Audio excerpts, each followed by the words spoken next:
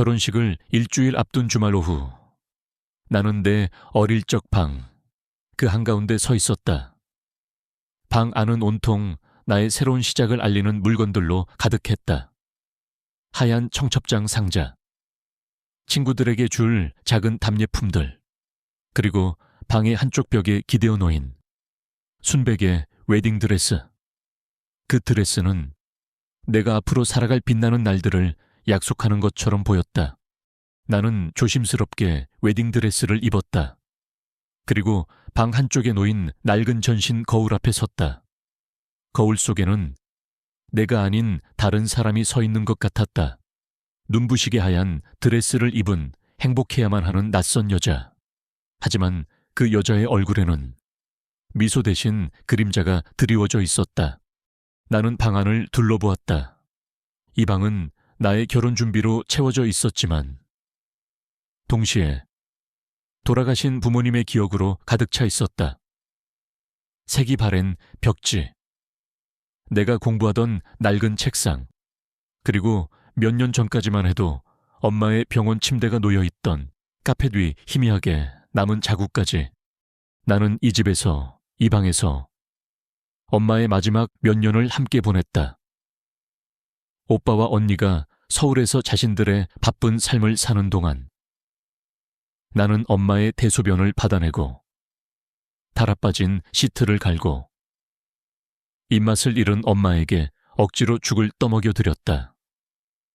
때로는 밤새 신음하는 엄마의 등을 쓸어들이며 창밖으로 동이 터오는 것을 보기도 했다. 나의 20대는 그렇게 엄마의 고통과 함께 저물어갔다.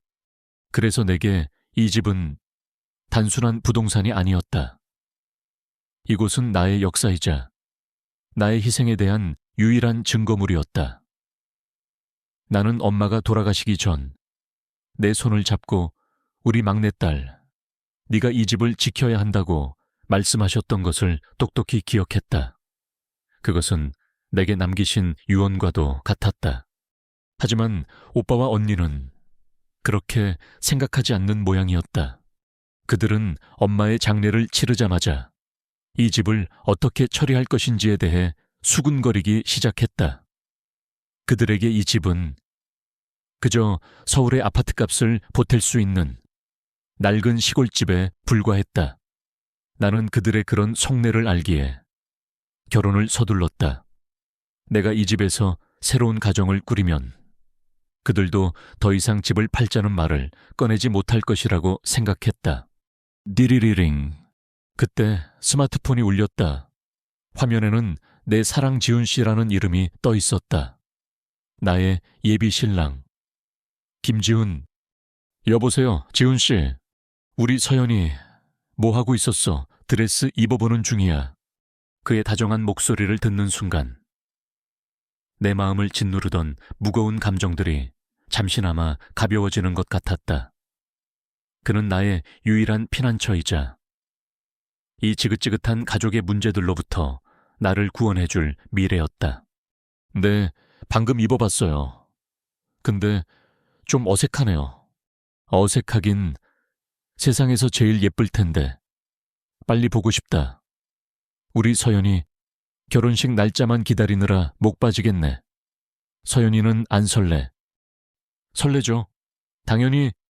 나는 거짓말을 했다.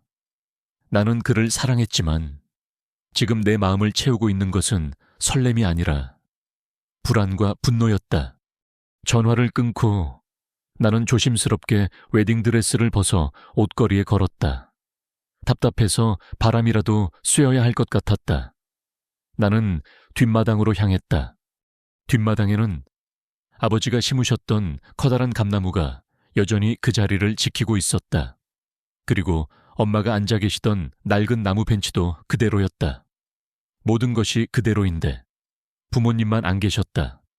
그때 내 시선이 담벼락 구석에 웅크리고 있는 작은 생명체에 닿았다.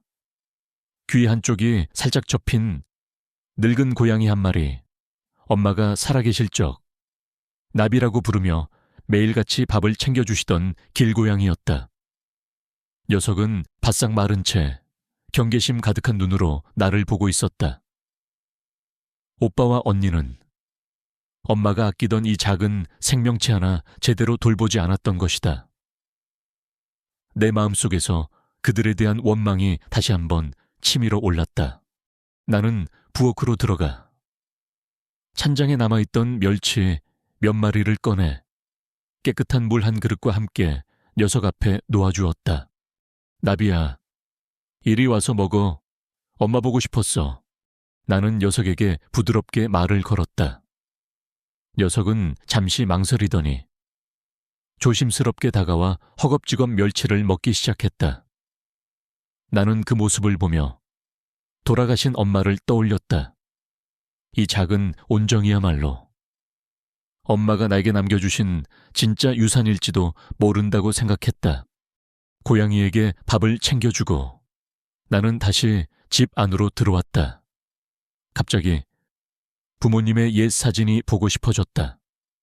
나는 아버지의 서재로 향했다. 아버지가 돌아가신 후 한 번도 제대로 정리한 적 없는 그 방.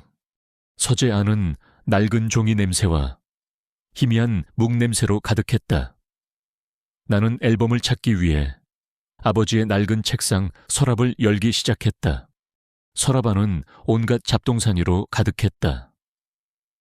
낡은 만년필, 오래된 고지서들, 그리고 빛바랜 사진 몇 장. 나는 맨 아래 칸 서랍을 열었다. 그리고 그곳에서 뜻밖의 물건들을 발견했다. 서랍 가장 깊숙한 곳에 자물쇠로 잠긴 작은 오동나무 상자 하나가 있었다. 나는 상자를 흔들어 보았지만 안에서 아무런 소리도 나지 않았다. 아버지는 비밀 같은 건 없으신 분이었는데 나는 의아하게 생각하며 열쇠를 찾아 서랍을 더 뒤졌다. 그러자 상자 옆에서 아주 작고 얇은 은으로 만든 열쇠 하나가 나왔다. 아주 오래된 듯 거무스름하게 변색되어 있었다. 나는 그 열쇠를 상자의 자물쇠에 넣어보았지만 크기가 맞지 않았다. 이 열쇠는 이 상자의 것이 아니었다. 그렇다면 대체 무엇을 여는 열쇠일까? 나는 일단 그 열쇠를 주머니에 넣었다. 그리고 그 상자 아래에서 나는 또 다른 이상한 것을 발견했다. 새희망재단이라는 이름이 적힌 두툼한 서류 봉투였다. 나는 호기심에 봉투를 열어보았다. 안에는 법인 설립 허가서, 아동 미술 교육을 위한 사업 계획서, 그리고 소액이지만 꾸준히 돈이 입금된 내역이 적힌 통장 사본 같은 복잡한 서류들이 들어있었다. 제이든, 나는 고개를 갸웃거렸다. 우리 집은 부유하지 않았다. 평생을 성실하게 일하셨지만 그저 빚 없이 사는 것이 전부였다. 그런 부모님께서 재단을 만드셨을 리가 없었다. 나는 서류에 적힌 날짜를 보았다. 재단 설립 계획은 엄마의 병세가 급격히 나빠지기 시작한 시점에 중단된 것처럼 보였다. 아마도 아버지가 좋은 뜻으로 시작하셨다가 잘 안 된 일이겠지. 나는 복잡한 서류들을 보다가 머리가 아파져 대수롭지 않게 생각하고 다시 서랍에 넣어두었다. 지금 내 머릿속은 온통 결혼식과 집 문제로 가득 차 있었다. 이 낡은 서류들에까지 신경 쓸 여유는 없었다.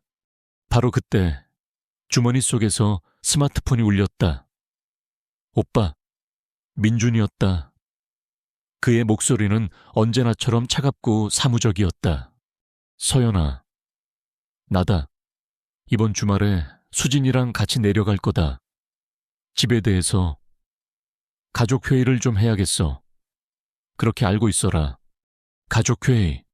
그 단어는 내게 위협처럼 들렸다. 방금 전까지 나를 감싸던 부모님에 대한 아련한 그리움과 평화가 그 전화 한 통에 산산조각 나버렸다. 나는 전화를 끊었다. 분노에 손이 떨려왔다. 나는 내 어린 시절의 방, 엄마의 숨결이 남아있는 이 공간을 둘러보았다. 그리고 나 자신에게, 그리고 돌아가신 엄마에게 굳게 약속했다. 여긴 내 집이에요. 내가 평생을 바쳐 지킨 곳이라고요. 절대로 빼앗기지 않을 거예요. 전쟁의 서막이 그렇게 올리고 있었다. 오빠와 언니가 내려오기로 약속한 주말 아침. 집안의 공기는 폭풍 전야처럼 고요하고 무거웠다. 나는 아침 일찍부터 일어나 마치 집안을 깨끗하게 청소하면 다가올 갈등까지도 쓸어낼 수 있다는 듯 미친 듯이 집 안을 쓸고 닦았다. 나의 예비 신랑 지훈 씨는 그런 내 옆에서 어색하게 서성거리며 나를 도우려 애썼다. 서연 씨, 너무 무리하지 마요. 그냥 편하게 이야기하면 되잖아요. 가족인데. 그의 목소리는 다정했지만 그는 몰랐다. 우리 가족에게 가족이라는 단어는 때로 가장 날카로운 칼이 될 수도 있다는 것을. 나는 아무 대답 없이 그저 걸레질에만 몰두했다. 오후 2시, 약속된 시간이 되자 오빠의 차가 대문 앞에 멈춰 섰다. 차에서 내린 오빠, 민준과 언니, 수진의 얼굴은 차갑게 굳어 있었다. 그들은 마치 남의 집에 온 손님처럼 어색하게 집 안으로 들어섰다. 그리고 그들의 뒤를 따라 서류 가방을 든 낯선 남자 한 명이 함께였다. 인사해, 서연아. 이쪽은 김상현 씨, 부동산 컨설턴트셔. 오빠는 아무렇지도 않게 그 남자를 소개했다. 부동산 컨설턴트. 그 단어를 듣는 순간 내 심장이 바닥으로 쿵 하고 떨어졌다. 나의 최악의 예감이 현실이 되는 순간이었다. 이것은 가족회의가 아니었다. 이것은 이 집의 가치를 평가하고 나의 추억을 처분하기 위한 차가운 비즈니스 미팅이었다. 옆에 서 있던 지훈 씨의 얼굴도 당혹감으로 굳어지는 것이 보였다. 우리는 거실 소파에 마주 앉았다. 한때는 온 가족이 모여 앉아 텔레비전을 보며 웃던 그 자리가 지금은 숨막히는 긴장감으로 가득 차 있었다. 가장 먼저 침묵을 깬 것은 언제나처럼 장남의 역할을 자처하는 오빠였다. 서연아, 먼저 결혼 축하한다. 지훈 씨같이 좋은 사람 만나서 우리도 기쁘게 생각하고 있어. 그의 입에서 나온 상투적인 축하 인사는 앞으로 이어질 잔인한 말들을 위한 형식적인 예의처럼 들렸다. 하지만 우리는 이제 현실적인 이야기를 해야 할 때가 된 것 같아. 그는 탁자 위에 서류 몇 장을 올려놓았다. 이 집, 이제 우리가 계속 가지고 있기에는 무리가 있어. 집은 낡았고 수리비는 계속 들어갈 테지. 그리고 이제 아무도 이곳에 살지 않잖니. 비워두는 건 비효율적인 일이야. 나는 입술을 깨물었다. 그의 입에서 나오는 모든 단어들이 칼날이 되어 내 가슴을 후벼 팠다. 비효율, 현실. 그는 우리의 집을, 우리의 역사를 그렇게 차가운 단어들로 재단하고 있었다. 그래서 언니랑 내가 결정했다. 가장 합리적이고 모두에게 공평한 방법으로 이 문제를 해결하기로. 내 결혼식이 끝나자마자 이 집을 부동산에 내놓을 생각이다.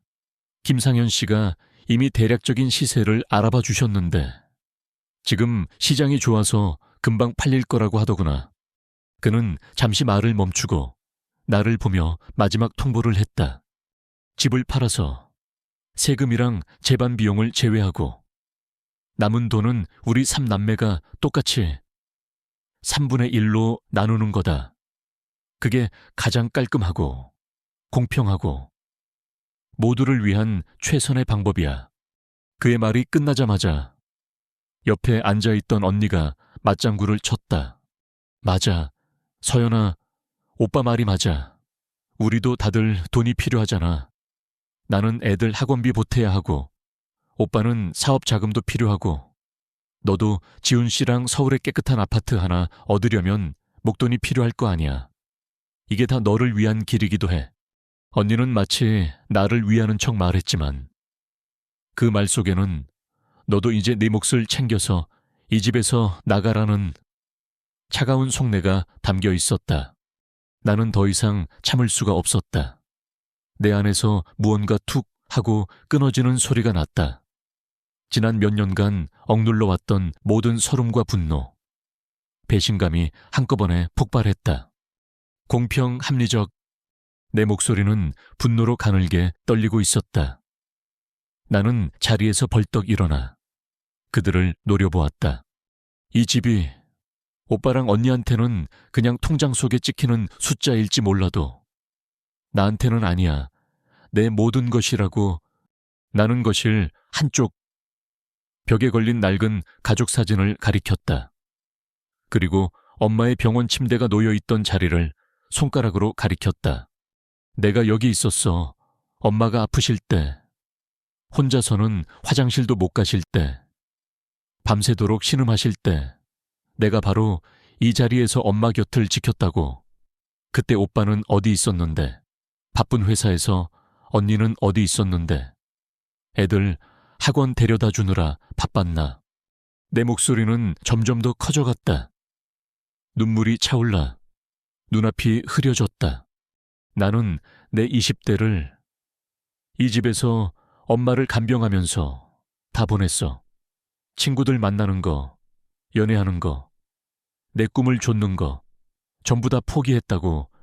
이 집 벽에는, 바닥에는 내 청춘이, 내 눈물이, 그리고 엄마의 마지막 숨결이 배어 있단 말이야. 그런데 그걸 팔아서 돈으로 나누자고. 그게 오빠랑 언니가 말하는 공평이야. 지훈 씨가 나에게 다가와 내 어깨를 잡으며 나를 진정시키려 했다. 서연 씨, 진정해.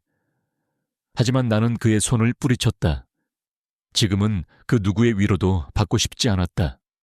나의 감정적인 폭발에도 오빠와 언니는 눈 하나 깜짝하지 않았다.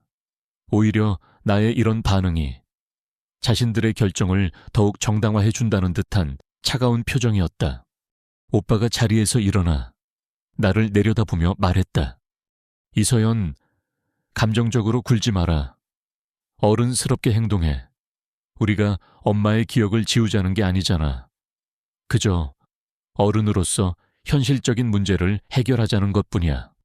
그는 탁자 위에 서류를 가리키며 마지막 통첩을 날렸다. 이건 우리의 최종 결정이다. 부동산 컨설턴트는 이 살벌한 분위기에 어쩔 줄 몰라 하며 슬그머니 서류 가방을 챙기기 시작했다. 나는 그들을 보며 차갑게 웃었다. 그래, 어른스럽게, 현실적으로. 당신들이 원하는 게 그거라면 나도 그렇게 해주지.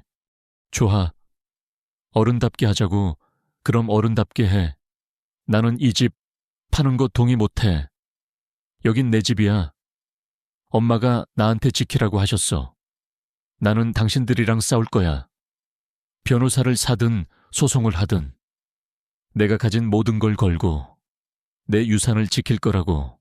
나의 선전포괴. 오빠와 언니의 얼굴이 굳어졌다. 네오, 지금 제정신이야. 제정신이야. 아주 또렷해. 당신들이 나한테서 이 집을 빼앗아 가기 전까지는 단 한 발자국도 물러서지 않을 거야. 결국 대화는 파국으로 끝났다. 오빠와 언니는 분노에 찬 얼굴로 집을 나섰다. 두고 보자는 말을 남긴 채 지훈 씨는 걱정스러운 눈으로 나를 보고 있었고, 집안에는 다시 이전보다 훨씬 더 무겁고 차가운 침묵이 내려앉았다. 나의 가장 행복해야 할 날. 나의 결혼식은 이제 가족 간의 추악한 유산 전쟁의 서막이 되어버렸다. 더 이상 돌아갈 길은 없었다. 나는 싸우기로 결심했다. 하지만 그때 나는 알지 못했다. 내가 지키려는 이 유산의 진짜 의미와 내가 싸워야 할 진짜 상대가 내가 생각했던 것과는 전혀 다르다는 사실을 말이다. 오빠와 언니가 폭풍처럼 집을 떠난 후 며칠 동안 우리 집에는 다시 차가운 전쟁의 기운이 감돌았다. 우리는 더 이상 얼굴을 마주보고 싸우지 않았다. 대신 보이지 않는 곳에서 서로의 마음에 상처를 내는 조용한 전쟁을 치렀다. 결혼식 준비는 이제 그 전쟁의 일부가 되어버렸다. 오빠는 결혼식에 필요한 비용 문제를 걸고 넘어졌다. 아버지가 남기신 돈은 우리 3남매 공동의 것이니 네 결혼식에 함부로 쓸 수 없다는 논리였다. 언니는 결혼식에 올 손님들 보기 부끄럽지도 않냐며 집 문제로 가족의 화목을 깨뜨리는 나를 이기적인 동생으로 몰아붙였다. 우리는 더 이상 전화 통화도 하지 않았다.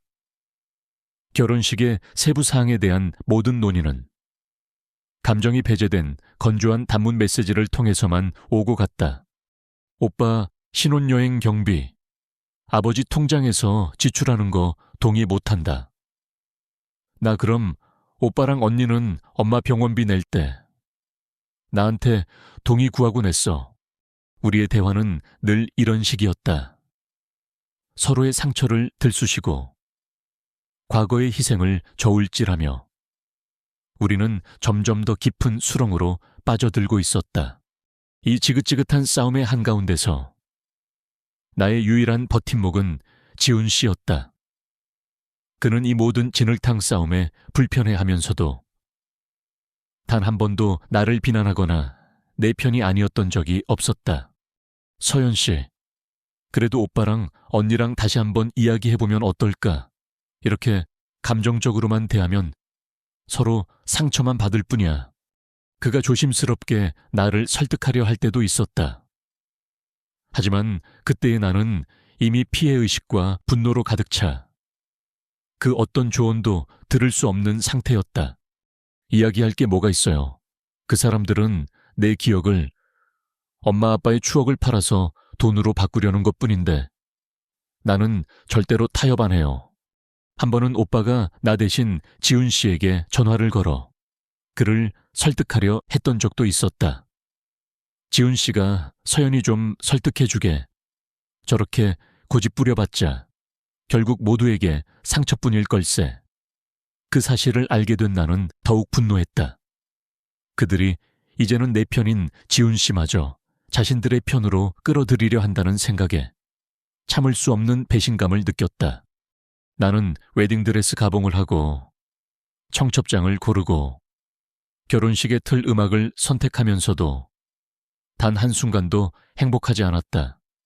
이 모든 과정이 마치 곧 닥쳐올 거대한 전쟁을 위한 기만적인 위장처럼 느껴졌다. 그러던 어느 날 나는 오빠에게서 마지막 통첩과도 같은 문자 메시지를 받았다. 이서연, 마지막으로 경고한다. 결혼식 끝나고 좋게 합의하는 게 너한테도 좋을 거다. 계속 이런 식으로 나오면 우리도 더는 참지 않고 법대로 할 수밖에 없어. 법대로, 그 단어가 내 머릿속의 마지막 남은 이성의 끈을 끊어버렸다. 좋아. 법대로 하자고 당신들이 원하는 게 그거라면 나도 기꺼이 상대해주지. 나는 그동안 내가 희생이라는 이름 아래 얼마나 부당한 대우를 받아왔는지 법 앞에서 명명백백히 가려내고 싶었다. 그리고 엄마가 나에게 남기신 이 집을 지켜야 한다는 그 유언이 법적으로도 효력이 있음을 증명하고 싶었다. 나는 그 길로 오빠에게 전화를 걸었다. 오빠가 원하는 게 법이라면 나도 좋아. 그럼 우리 다 같이 윤 변호사님 찾아가서 아빠 엄마의 공식적인 유언장을 확인하자. 거기에 모든 게 적혀 있을 테니 내 단호한 태도에 오빠는 잠시 당황하는 듯 했지만 이내 자신만만한 목소리로 대답했다. 그래, 그러자. 그게 가장 확실하겠지. 그는 유언장이 자신의 공평한 3분의 1을 논리를 뒷받침해 줄 것이라고 조금도 의심하지 않는 눈치였다. 우리는 다음 날 아버지의 오랜 친구이자 우리 가족의 모든 법률 문제를 도맡아 오셨던 윤 변호사님의 사무실에서 만나기로 했다. 윤 변호사님의 사무실은 그의 나이만큼이나 오래되고 묵직한 공간이었다. 벽면을 가득 채운 낡은 법률 서적들, 오래된 종이와 커피가 뒤섞인 냄새. 그는 우리 3남매를 보며 안타까운 표정으로 한숨을 쉬었다. 그는 우리가 어렸을 때부터 봐왔던 아버지의 가장 가까운 친구였다. 그런 그 앞에서 돈 문제를 두고 으르렁거리는 우리 자신의 모습이 부끄러웠다. 가장 먼저 입을 연 것은 오빠였다. 그는 마치 회의를 주재하듯 사무적인 말투로 용건을 말했다. 변호사님, 저희가 오늘 찾아뵌 것은 부모님의 유언장 내용을 공식적으로 확인하기 위해서입니다. 특히 저희가 살던 집에 대한 상속 문제를 명확히 하고 싶습니다. 윤 변호사님은 슬픈 눈으로 우리를 한번 둘러보더니 서류 캐비닛에서 두툼한 파일을 하나 꺼냈다. 그는 안경을 고쳐 쓰고 유언장의 일반적인 조항들을 읽어 내려가기 시작했다. 고 이진석, 김영희 부부의 모든 자산은 자녀인 이민준, 이수진, 이서연에게 공평하게 상속하며 자녀들의 원만한 합의에 분배할 것을 명시한다. 공평하게 상속한다. 그 구절을 듣는 순간 오빠의 입가에 희미한 미소가 걸렸다. 그의 승리를 확인하는 문장이었다. 반면 내 심장은 차갑게 가라앉았다. 엄마의 마지막 약속은 그저 법적 효력 없는 노인의 푸념에 불과했단 말인가. 하지만 변호사님의 다음 말은 그 모든 예상을 뒤엎었다. 하지만 유언장 마지막에 어머님께서 돌아가시기 직전 직접 자필로 남기신 특별 부칙 조항이 하나 있습니다. 회의실의 모든 시선이 그의 입으로 쏠렸다. 그는 천천히 그리고 아주 분명한 목소리로 그 조항을 읽어 내려갔다. 본인 소유의 XX동 XX번지 주택에 대한 처분 및 분배 문제는 나의 막내딸 이서연이 무사히 결혼식을 올리기 전까지는 그 어떤 결정도 내릴 수 없음을 명시한다. 그는 잠시 숨을 고르고 가장 중요한 부분을 읽었다. 결혼식이 끝난 직후 나의 세 자녀는 윤 변호사에 입회해 내가 그에게 맡겨둔 봉인된 편지를 개봉해야 한다. 그 편지 안에 담긴 내용이 이 집에 대한 나의 최종적이고 법적인 유언이 될 것이다. 그의 말이 끝나는 순간 사무실에는 완전한 침묵이 흘렀다. 나는 충격으로 아무 말도 할 수 없었다. 내 결혼식 날 봉인된 편지, 대체 엄마는 무슨 생각을 하고 계셨던 걸까? 하지만 절망의 잿더미 속에서 아주 작은 희망의 불씨 하나가 피어나는 것을 느꼈다. 오빠는 분노를 참지 못하고 소리쳤다. 아니, 변호사님, 이게 무슨 말도 안 되는 유언입니까? 무슨 장난하는 것도 아니고. 언니 역시 혼란스러운 표정으로 되물었다. 편지요, 엄마가 대체 왜? 윤 변호사님은 침착하게 대답했다. 법적으로 아무런 문제가 없는 유효한 유언 방식입니다. 저 역시 고인의 마지막 뜻을 따를 의무가 있습니다. 그는 그렇게 말하며 자신의 금고에서 두툼한 노란색 서류 봉투 하나를 꺼내 보여주었다. 봉투는 엄마의 개인 도장이 찍힌 붉은 밀랍으로 단단히 봉인되어 있었다. 그 작은 봉투가 이제 우리 삼남매의 운명을 결정할 거대한 시한폭탄처럼 보였다. 우리는 변호사 사무실을 나왔다. 갈등은 해결되지 않았다. 오히려 더욱 복잡하고 거대한 미스터리로 변해버렸다. 이제 전쟁터는 더 이상 낡은 시골집이 아니었다.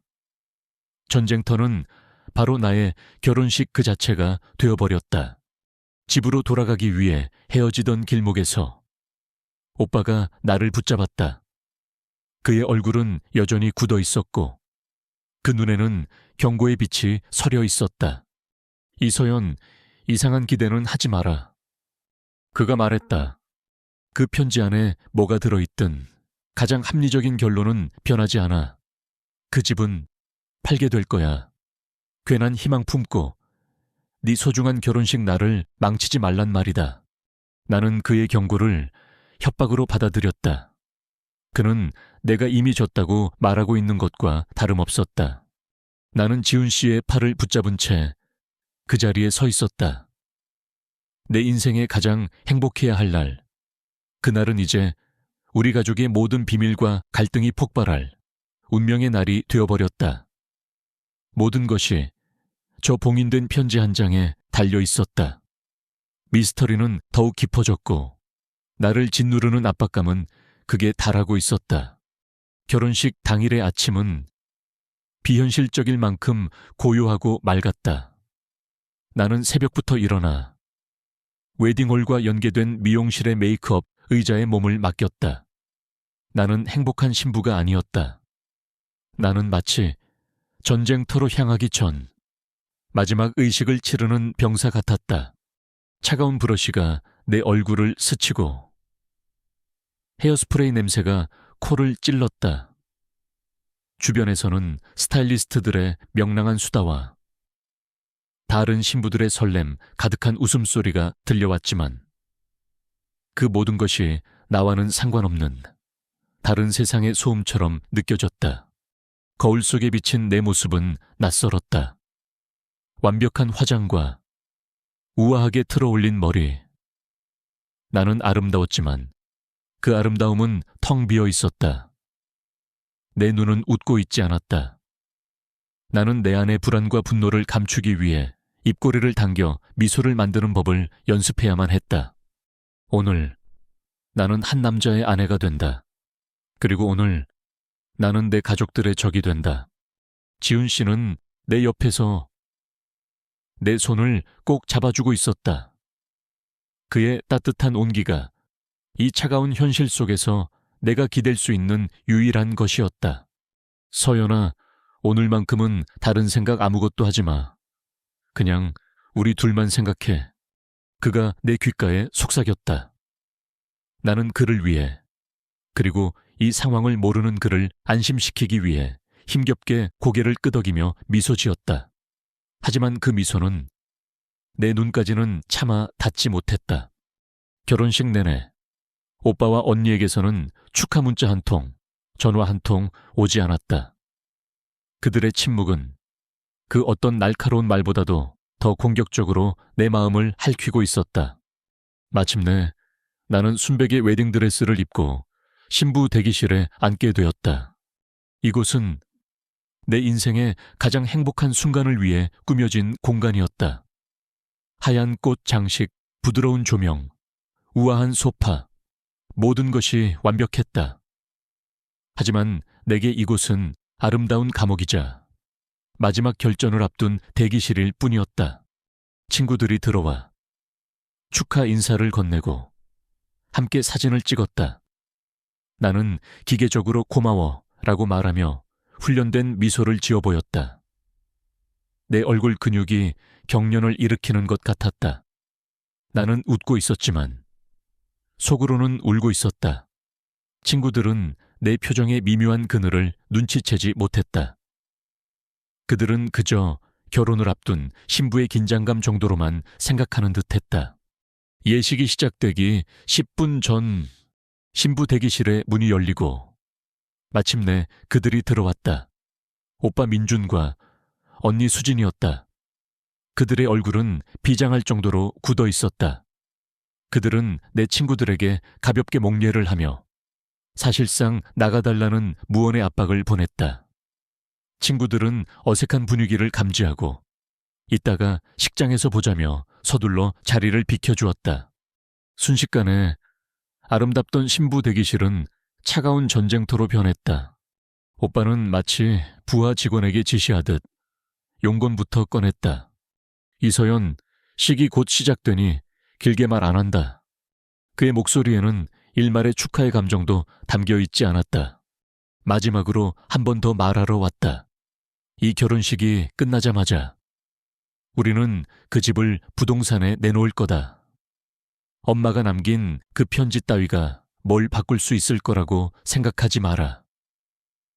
그저 늙은 부모의 감상적인 푸념일 뿐일 테니 괜히 사람들 앞에서 추태 부리고 내 결혼식 망치지 말고 지금 조용히 동의하는 게 너를 위한 마지막 배려다. 언니가 그 말을 거들었다. 그녀의 목소리에는 교묘한 비난이 섞여 있었다. 서연아, 상식적으로 생각해. 부모님이 하늘에서 자식들이 이렇게 싸우는 모습을 보시면 뭐라고 하시겠니? 그 집 때문에 네 앞날을 망칠 거야. 제발, 철 좀 들어. 그들은 나의 가장 행복해야 할 날, 가장 신성한 공간에서 내게 마지막 항복을 강요하고 있었다. 그들의 탐욕은 내 마지막 남은 인내심마저 짓밟고 있었다. 나는 완전히 혼자였다. 순결과 새로운 시작의 상징인 웨딩드레스를 입고 나는 가장 추악한 전쟁을 치르고 있었다. 그때 지훈 씨가 더는 참을 수 없다는 듯 그들 앞을 막아섰다. 형님, 누님, 이러시면 안 됩니다. 오늘은 서연이의 날입니다. 제발, 제발 이 아이를 그냥 행복하게만 해줄 수 없으십니까? 하지만 오빠는 지훈 씨를 차갑게 밀어냈다. 이건 우리 집안일이네. 김서방, 미안하지만 잠시 빠져주게. 나의 유일한 아군마저 무력화시키는 그들의 모습에 내 안에 무언가가 단단해지기 시작했다. 나의 슬픔과 억울함이 차가운 분노와 결의로 변하고 있었다. 그들이 나의 결혼식 날, 나를 이 구석으로 몰아붙인 것이 오히려 나를 더 강하게 만들고 있었다. 나는 자리에서 일어섰다. 웨딩드레스 자락이 바닥에 스치며 사락하는 소리를 냈다. 나는 더 이상 울거나 애원하는 막내 동생이 아니었다. 나는 내 것을 지키기 위해 싸울 준비가 된 한 명의 전사였다. 내 대답은 여전히 아니야. 내 목소리는 낮고 차분했다.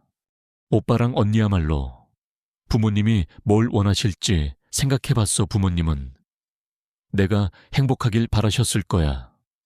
그런데 당신들은 지금 내 인생의 가장 행복한 날을 스스로의 손으로 망치고 있어. 나는 대기실의 문을 가리켰다. 이제 그만 나가줘. 하객들이 기다리고 있어.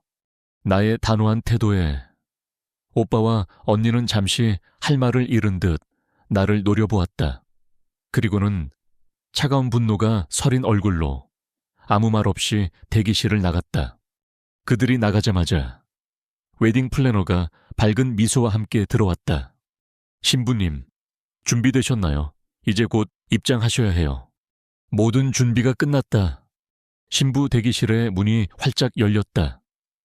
문 너머로 수백 명의 하객들의 시선과 장엄한 웨딩 마치의 첫 소절이 나를 향해 쏟아져 들어왔다. 저 멀리 버진 로드의 끝에는 나의 사랑하는 지훈 씨가 나를 기다리고 있었다.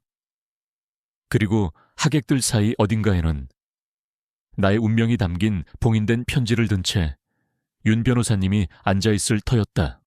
나는 마침내 첫걸음을 내디뎠다. 내 얼굴은 세상에서 가장 행복한 신부의 가면을 쓰고 있었다. 하지만 내 머릿속은 오직 하나의 생각으로 가득 차 있었다. 나는 지금 나의 미래를 향해 걸어가는 것이 아니다. 나는 전쟁터를 향해 걸어가고 있다. 이 길의 끝에서 우리 가족은 하나가 되거나 혹은 완전히 부서져 내리거나 둘 중 하나일 것이다. 한 걸음, 한 걸음 나의 발걸음은 진실을 향해 그리고 우리 가족의 운명이 결정될 그 순간을 향해 나아가고 있었다. 결혼식은 한 편의 잘 짜인 연극처럼 흘러갔다. 나는 하객들의 축복 속에서 지훈 씨와 반지를 교환하고 검은 머리가 팥뿌리가 될 때까지 사랑하겠노라고 서약했다. 하지만 내 마음은 그 어떤 약속의 말에도 감흥이 없었다. 나의 온 신경은 하객석 한쪽에 앉아있는 윤 변호사님의 서류 가방에 그 안에 담겨있을 봉인된 편지 한 장에 쏠려 있었다. 식이 끝나고 우리는 수백 번의 카메라 플래시 세례를 받았다. 특히 가족 사진을 찍을 때의 그 어색함이란 우리는 카메라를 향해 활짝 웃고 있었지만 우리 사이에는 그 어떤 사진으로도 담아낼 수 없는 깊고 차가운 강이 흐르고 있었다. 나는 오빠와 언니의 뻣뻣한 미소 뒤에 숨겨진 분노를 그리고 그들은 나의 웃음 뒤에 가려진 결의를 읽고 있었을 것이다. 모든 공식적인 절차가 끝난 후 마침내 운명의 시간이 찾아왔다. 우리는 결혼식장의 작은 패백실에 모였다. 본래는 신랑 신부가 양가 어른들께 큰 절을 올리며 새로운 가족의 시작을 축복받는 신성한 공간. 하지만 지금 이곳은 한 가족의 운명을 결정할 차갑고 비정한 심판의 장소가 되어 있었다.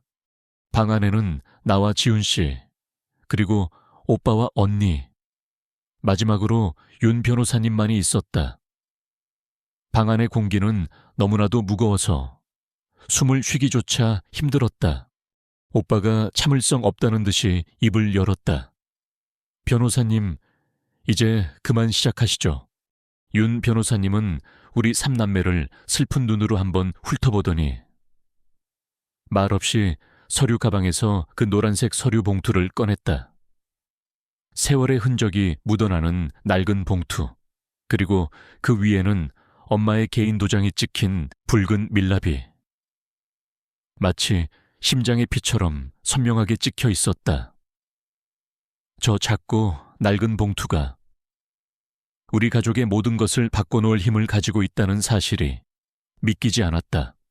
윤 변호사님은 작은 칼을 꺼내 아주 천천히 그리고 신중하게 밀랍 봉인을 잘라냈다. 바스락하고 밀랍이 부서지는 소리가 그 고요한 방 안에 유난히 크게 울렸다. 그는 봉투 안에서 법률 서류가 아닌 곱게 접힌 편지지 몇 장을 꺼냈다. 그곳에는 내가 너무나도 그리워했던 엄마의 익숙하고 약간은 떨리는 필체가 담겨 있었다. 모두가 놀랐다. 이것은 법적인 유언장이 아니었다. 이것은 엄마가 우리에게 남긴 마지막 편지였다. 윤 변호사님은 안경을 고쳐 쓰고 떨리는 목소리로 엄마의 편지를 읽어 내려가기 시작했다. 사랑하는 나의 아들 민준, 딸 수진, 그리고 오늘 세상에서 가장 아름다울 나의 막내 서연이에게 너희들이 이 편지를 읽을 때쯤이면 엄마는 이미 너희들 곁에 없겠구나. 그리고 우리 막내 서연이는 아마 세상에서 가장 행복한 신부가 되어 있겠지. 먼저 내 딸 서연아, 너의 결혼을 진심으로 축하한다. 엄마가 하늘에서나마 너의 이 가장 행복한 날을 지켜볼 수 있어 정말 기쁘단다. 나는 눈물이 차오르는 것을 애써 참았다. 오늘 엄마는 너희들에게, 특히 나의 막내딸 서연이에게 오랫동안 숨겨왔던 우리 가족의 비밀을 이야기해야만 한단다. 이것은 엄마가 남기는 마지막 고백이자 너희들에게 전하는 간절한 부탁이다. 서연아, 너는 아빠의 사업이 얼마나 힘들었는지 잘 모르고 자랐지. 너의 오빠와 언니가 그리고 엄마 아빠가 너를 그렇게 지켜주었기 때문이란다. 사실 네가 대학에 들어갈 무렵 아빠의 사업은 완전히 실패했단다. 우리는 집을 포함한 모든 것을 잃을 위기에 처했었지. 나는 숨을 멈췄다. 무슨 소리일까? 아빠의 사업이 망했었다니. 엎친 데 덮친 격으로 엄마의 병까지 깊어졌지. 병원에서는 계속해서 큰돈이 들어가는 수술을 권했지만 우리에게는 단돈 100만 원도 없었단다. 그때 엄마와 아빠는 모든 것을 포기하려고 했어. 하지만 너의 오빠와 언니가 우리를 붙잡아 주었단다. 편지는 내가 전혀 알지 못했던 오빠와 언니의 희생에 대해 이야기하기 시작했다. 네오의 오빠 민준이는 그토록 원하던 독일 음대 유학 합격 통지서를 받은 바로 그날, 그 합격 통지서를 자신의 손으로 찢어버렸단다. 그리고 다음 날부터 낮에는 공사장에서 막노동을 하고 밤에는 대리운전을 하며 엄마의 첫 번째 수술비를 벌었어. 음악가의 섬세한 손으로 시멘트 포대를 나르고 무거운 짐을 져야만 했지. 네오의 언니 수진이는 막 명문미대에 합격해서 화가가 되겠다는 꿈에 부풀어 있었지. 하지만 언니는 그 꿈을 접고 등록금을 환불받아 엄마의 약값에 보탰단다.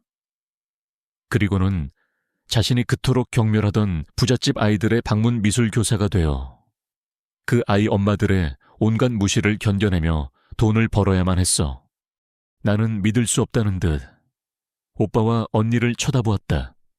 오빠의 굳은 살 박인 손, 언니의 그림 물감 대신 분필 가루가 묻어있던 손, 그 모든 것의 의미를 나는 이제야 알 것 같았다. 그들은 엄마에게 이 모든 것을 막내 서연이에게는 절대로 비밀로 해달라고 부탁했어. 자신들이 포기한 꿈의 무게로 막내 동생의 어깨를 누르고 싶지 않다고 했지. 너만은 돈 걱정 없이 평범한 대학 생활을 하고 행복한 미래를 꿈꾸길 바랐단다. 너의 그 환한 웃음을 지켜주는 것이 오빠와 언니가 고된 시간을 버텨내는 유일한 이유였어. 서연아, 네가 오늘 입은 그 웨딩드레스, 네가 올리는 이 결혼식, 이 모든 것은 사실 너의 오빠와 언니가 자신들의 찢겨진 꿈 조각들을 끌어모아 너에게 선물하는 가장 눈부신 결혼 선물이란다. 이제 이 집에 대한 이야기를 해야겠구나. 이 집은 우리 가족에게 남은 유일한 재산이다. 하지만 동시에 너의 오빠와 언니가 우리 가족을 위해, 나를 위해, 그리고 너를 위해 짊어져야만 했던 그 10년이 넘는 끔찍한 빚의 상징이기도 하단다. 그들이 이 집을 팔고 싶어 하는 것은 결코 욕심 때문이 아니야. 그들은 지난 10년간 그 빚의 무게에 짓눌려 숨도 제대로 쉬지 못하고 살아왔기 때문이란다. 이제는 그 짐을 내려놓고 싶었던 게지. 편지의 마지막 구절은 눈물로 번져 있었다. 이것이 엄마의 마지막 부탁이다. 서연아, 내가 너에게 물려주는 진짜 유산은 이 낡은 집이 아니란다. 그것은 이 세상 그 누구보다도 너를 끔찍이 사랑해온 너의 오빠와 언니다. 부디 그들의 희생과 사랑을 이제라도 알아주렴. 그리고 민주나 수진아, 이 못난 어미를, 평생의 짐이었던 이 어미를 용서해다오. 부디 내 아이들아, 서로를 지독히도 사랑하며 살아가거라. 윤 변호사님이 편지를 다 읽고 내려놓았을 때 방 안은 온통 울음소리로 가득 찼다. 나는 완전히 무너져 내렸다. 내 몸이, 내 세상이, 내 모든 믿음이 산산조각 나버렸다. 내가 피해자라고 믿었던 나의 세계는 사실 가장 안전하고 따뜻한 성이었고, 내가 가해자라고 믿었던 오빠와 언니는 그 성을 지키기 위해 모든 것을 바친 수호신들이었다. 나는 그들의 고통을 단 한순간도 이해하려 하지 않았다. 나는 그저 나의 상처가 가장 크다고, 나의 희생이 가장 위대하다고, 그렇게 어리석은 착각 속에서 살아왔던 것이다. 웨딩드레스가 거짓말로 만들어진 갑옷처럼 무겁게 느껴졌다. 나는 고개를 들었다. 오빠는, 그 강하고 냉정하던 오빠는 두 손에 얼굴을 묻은 채 아이처럼 어깨를 들썩이며 울고 있었다. 언니 역시 참아왔던 모든 서름이 터져나온 듯 소리내어 울고 있었다. 그들이 지난 10년간 얼마나 외롭고 무거운 비밀을 지고 살아왔을까. 나는 비틀거리며 그들에게 다가갔다. 그리고 그들 앞에 무릎을 꿇었다. 나의 하얀 웨딩드레스가 차가운 바닥 위로 무너져 내렸다. 나는 그들을 보며 내 평생의 모든 죄책감과 미안함을 담아 울부짖었다. 오빠, 언니, 미안해. 내가 다 잘못했어. 나는 아무것도 몰랐어. 나의 고백은 진실의 무게 앞에서 너무나도 초라했다. 세상의 모든 소리가 사라진 것 같았다. 패백실의 고요함 속에서 우리 삼남매는 그저 서로를 부둥켜 안은 채 울고 또 울었다. 어머니의 마지막 편지는 지난 10년간 우리를 갈라놓았던 오해와 원망의 벽을 단숨에 허물어뜨렸다. 나는 오빠와 언니의 품에 안겨 어린아이가 된 것처럼 서럽게 울었다. 내 어깨를 감싸고 있는 오빠의 팔은 내가 기억하던 것보다 훨씬 더 단단하고 지쳐 있었다. 내 등을 쓸어주는 언니의 손길은 내가 상상했던 것보다 훨씬 더 따뜻하고 거칠었다. 나는 그들의 희생의 무게를, 그들의 침묵의 고통을 이제야 온몸으로 느끼고 있었다. 미안해, 오빠, 언니, 정말 미안해. 나는 달아빠진 레코드처럼 미안하다는 말만 되풀이했다. 내가 너무 이기적이었어. 내 상처만 제일 크다고 생각했어.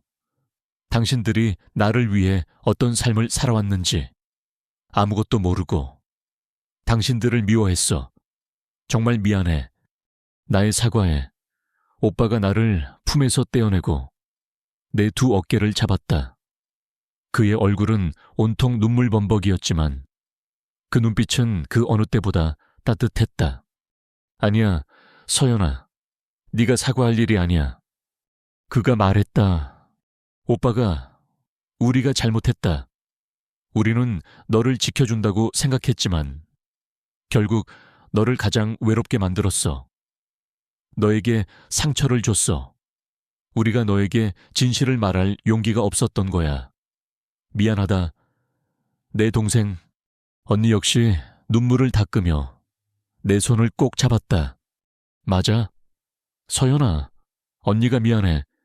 우리가 빚에 너무 지쳐서 마음에 여유가 없었어. 그래서 너한테 더 차갑게 굴었던 것 같아. 가장 중요한 게 뭔지 우리도 잊고 있었던 거야. 우리는 서로의 얼굴을 마주 보았다. 더 이상 그곳에는 적이나 원망이 없었다.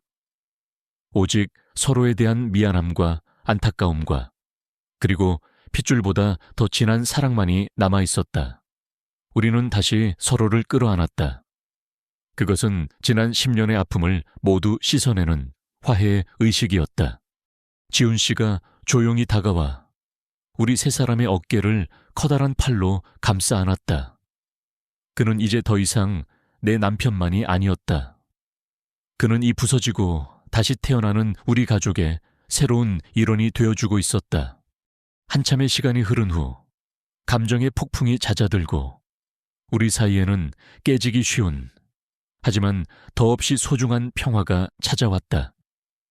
윤 변호사님은 이 모든 광경을 눈물을 글썽이며 지켜보다가 조용히 헛기침을 하며 현실적인 문제를 꺼냈다. 그래서 이제 집에 대한 문제는 어떻게들 할 생각인가? 그의 말에 우리는 서로를 쳐다보았다. 여전히 그 문제는 남아있었다. 오빠가 나를 보며 말했다. 서연아, 이제 네가 결정해라. 그동안 네가 이 집을 지키기 위해 얼마나 마음고생이 심했는지 이제 알 것 같아. 만약 네가 이 집을 정말 원한다면 우리는 다른 방법을 찾아볼게. 그것은 오빠의 마지막 구원이자 진정한 사과의 표현이었다. 그는 한때 자신이 빼앗으려 했던 그 권리를 이제 온전히 내게 돌려주고 있었다. 나는 오빠와 언니, 그리고 내 옆에서 나를 지지하며 서 있는 지훈 씨를 번갈아 보았다. 그리고 나는 내 마음속에서 아주 분명한 답을 찾을 수 있었다. 나는 웨딩드레스를 입은 채 그들 앞에서 당당히 고개를 들었다. 아니, 우리 이 집 팔지 말자. 그리고 나 혼자 이 집을 갖지도 않을 거야. 나는 모두를 둘러보며 나의 결심을 선언했다. 이 집은 더 이상 나 혼자만의 추억이나 희생의 대가가 아니야. 이 집은 우리 가족의 역사 그 자체야. 여기엔 엄마 아빠의 사랑이 있고 그리고 오빠와 언니의 희생이 담겨 있어. 이건 팔 수 있는 게 아니야. 우리가 함께 지켜나가야 하는 거야. 나는 지훈 씨의 손을 꼭 잡았다. 그는 내 눈을 보며 말없이 고개를 끄덕여 주었다. 그는 나의 모든 결정을 지지할 준비가 되어 있었다. 지훈 씨랑 내가 이 집에 들어와 살게. 우리가 이 집을 돌볼게. 그리고 아버지께서 남기신 그 빚, 그것도 우리 삼남매가 이제부터 같이 갚아나가는 거야. 한 사람의 짐이 아니라 우리 모두의 책임으로.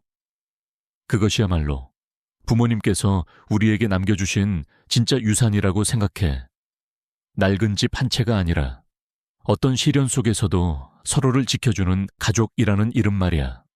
나의 제안에 오빠와 언니는 충격받은 표정으로 나를 바라보았다. 그들의 눈에는 감동과 미안함이 뒤섞여 있었다. 그때 내 머릿속에 번개처럼 내가 잊고 있었던 또 다른 미스터리가 떠올랐다. 잠깐만요.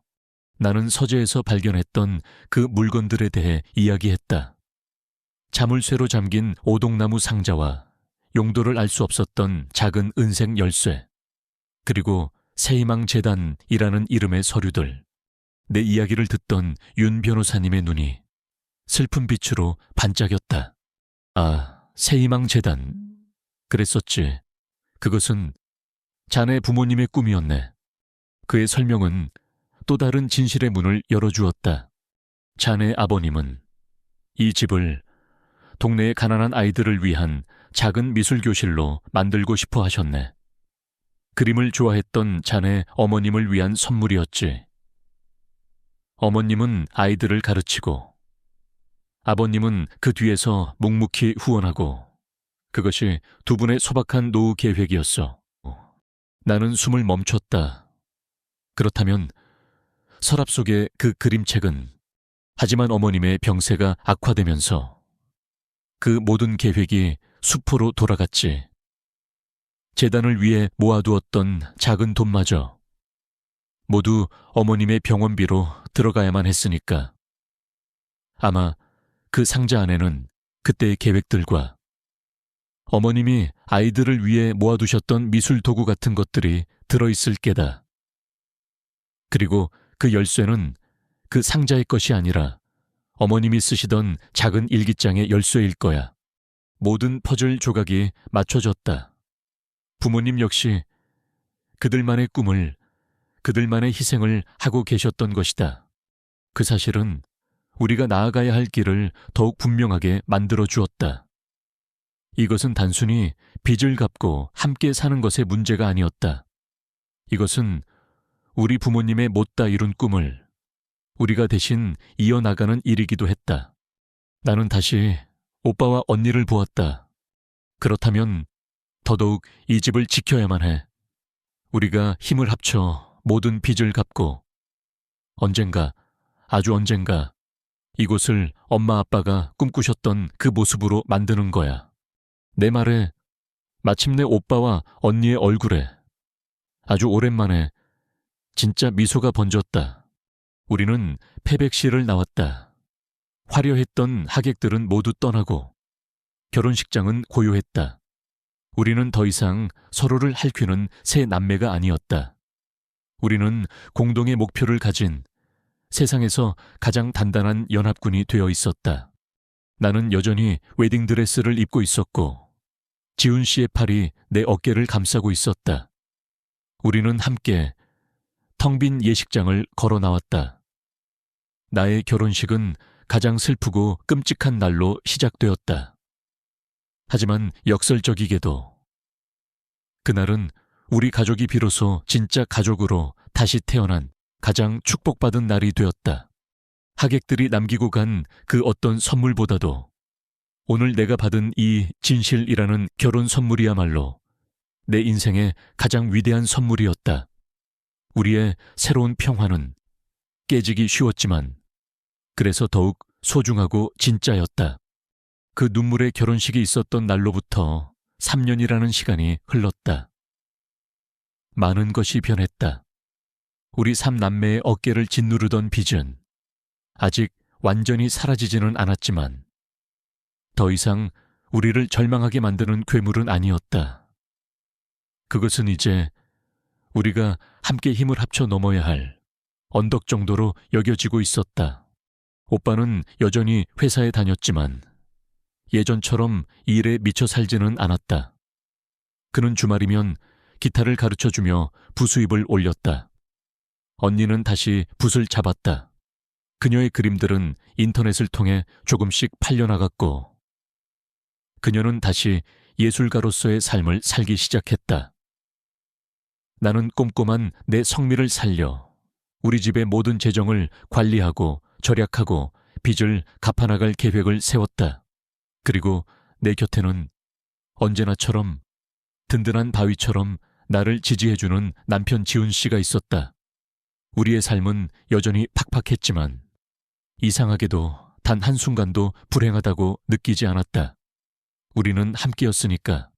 무엇보다 가장 큰 변화는 바로 이 집이었다. 한때는 차가운 침묵과 보이지 않는 벽으로 가득했던 이 집은 이제 온기와 웃음소리로 채워져 있었다. 나는 더 이상 이 집의 외로운 수호자가 아니었다. 나는 이 집의 행복한 주인이자 우리 가족의 새로운 중심이었다. 어느 주말 아침 나는 부엌에서 아침 식사를 준비하고 있었다. 고소한 된장찌개 냄새가 집안 가득 퍼져나갔다. 이야, 우리 서연이 솜씨가 날로 느는데 시집 가더니 엄마 손맛을 닮아가나 봐. 언니가 부엌으로 들어오며 나를 놀렸다. 나는 웃으며 대꾸했다. 그럼 내가 누구 동생인데, 언니. 저기 거실에 있는 애들 좀 깨워줘. 밥 다 됐다고. 거실에서는 오빠와 지훈 씨가 조카뻘 되는 동네 아이들에게 기타를 가르쳐주고 있었다. 오빠는 더 이상 무뚝뚝한 표정이 아니었다.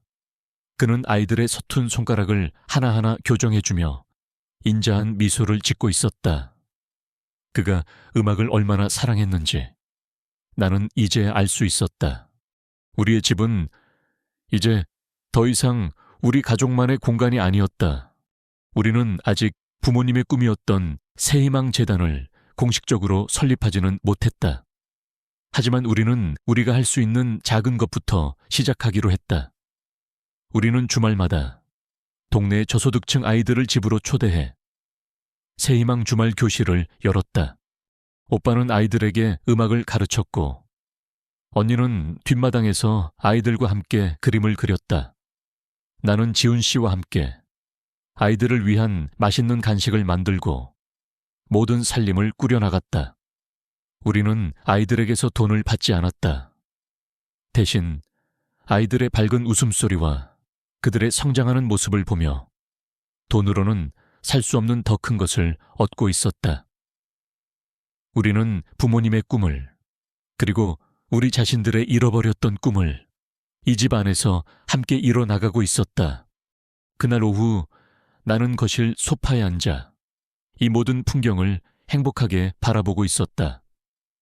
뒷마당에서는 언니와 아이들이 제잘거리며 담벼락에 커다란 벽화를 그리고 있었고 거실에서는 오빠의 기타 소리와 아이들의 노랫소리가 울려 퍼지고 있었다. 그리고 내 품에는 1년 전 태어난 나의 소중한 딸 세롬이가 잠들어 있었다. 나는 잠든 딸의 포동포동한 뺨에 입을 맞추며 3년 전 그날을 떠올렸다. 결혼식이 끝나고 우리는 다 함께 아버지의 서재로 향했다. 그리고 내가 간직하고 있던 그 낡은 오동나무 상자를 함께 열어보았다. 내가 찾았던 그 작은 은색 열쇠는 상자의 것이 아니라 엄마가 쓰시던 작은 일기장의 열쇠였다.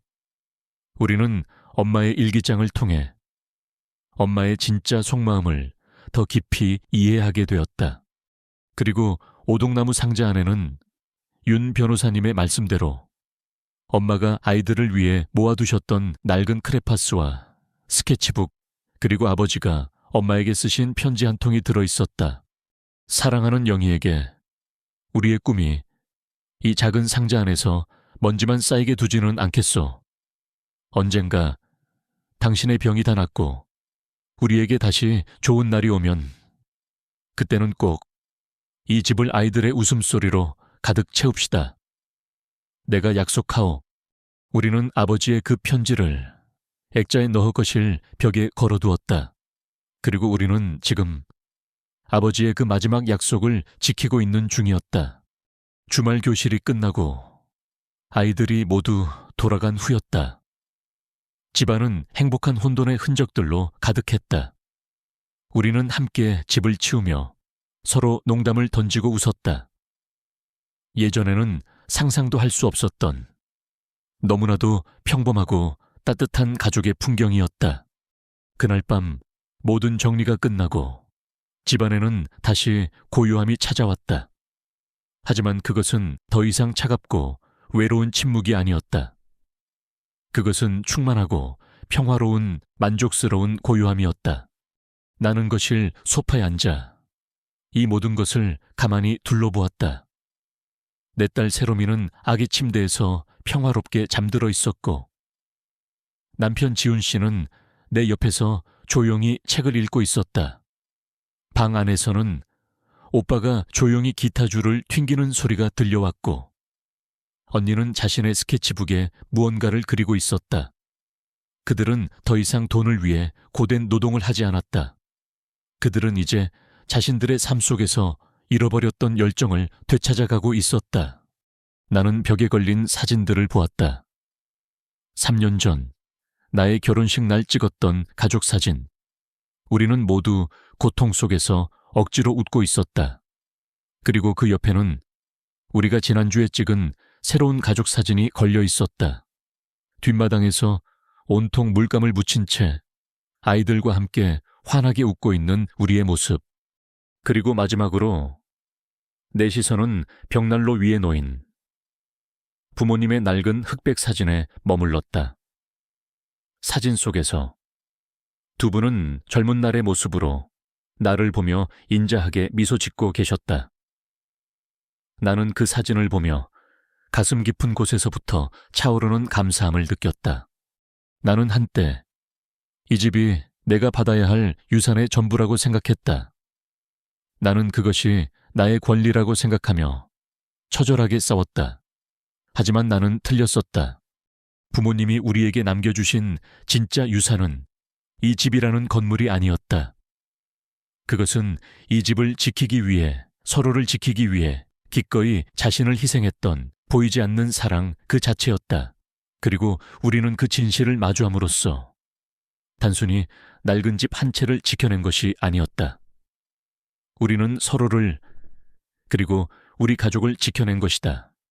우리는 텅 빈 유령의 집 대신 음악과 미술과 그리고 웃음소리가 가득한 새로운 집을 함께 지어 올린 것이다. 나는 나를 둘러싼 이 평화로운 모든 것을 보며 조용히 미소 지었다. 나의 결혼식 날 내가 받았던 진정한 결혼 선물은 바로 우리 가족의 재탄생이었다. 오늘 이야기가 여러분의 마음에 작은 울림을 주었다면 구독과 좋아요 그리고 따뜻한 댓글을 부탁드립니다. 여러분의 관심 하나하나가 저희에게는 더 좋은 이야기를 만들어 나갈 수 있는 큰 힘이 됩니다.